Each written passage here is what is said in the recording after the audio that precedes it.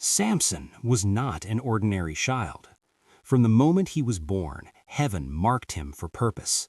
A divine calling rested on his life before his feet ever touched the ground. God set him apart, not by crown or throne, but by covenant. His strength did not come from muscle alone, but from obedience. His uncut hair was the sign of a sacred promise, and as long as it remained, the Spirit of the Lord rested upon him.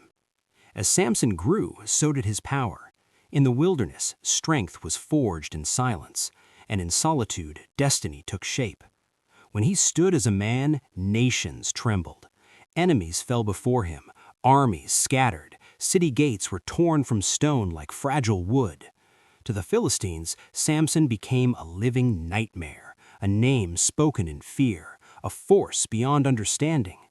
Yet, after every battle, Samson stood alone, victorious, but vulnerable. For the greatest enemy Samson would ever face was not an army, it was desire.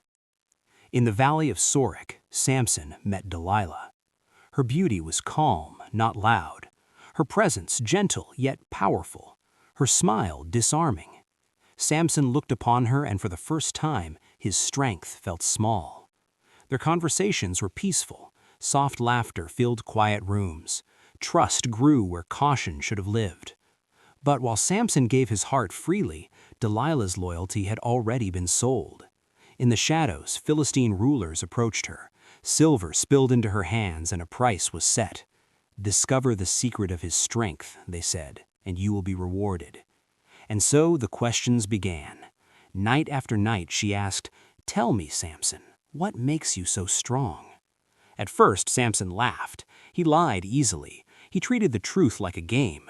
But betrayal is patient. Each question came wrapped in affection. Each lie was met with tears. Each moment of silence turned into guilt. "How can you say you love me," she whispered, "when you keep secrets from me?" And slowly, Samson began to crack. Love became pressure. Affection became control. Trust became a weapon. Exhausted and worn down, Samson surrendered the truth. "If my hair is cut," he said, "I will become weak like any other man." That night, Samson slept, his head resting in Delilah's lap, the place of comfort and the altar of betrayal. As he slept, she signaled them. A blade passed through sacred hair. Lock by lock, the covenant fell to the ground, and with it, the Spirit of the Lord departed. "Samson," she cried, "the Philistines are upon you." Samson rose as he always had, confident, unafraid. But this time, nothing happened. Strength failed him. Power vanished. He was captured. The mighty fell without a fight. Chains replaced freedom. Darkness replaced sight. The man who once carried city gates now turned a grinding stone in prison, mocked, broken, forgotten. Yet, even in the darkness, grace was not finished. His hair began to grow again. One day, the Philistines gathered to celebrate. They brought Samson out like a trophy, a symbol of victory.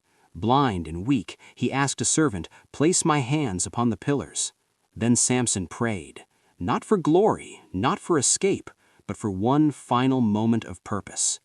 "Lord, remember me." And strength returned. With a final breath, Samson pushed. Stone cracked, the temple shook, and everything collapsed. In his death, Samson defeated more enemies than he ever did in life. This is not just a story about strength, it is a warning. Strength without wisdom is fragile, calling without discipline is dangerous, and betrayal often arrives disguised as love. Guard your purpose, protect your covenant, because even the strongest can fall when they trust the wrong voice.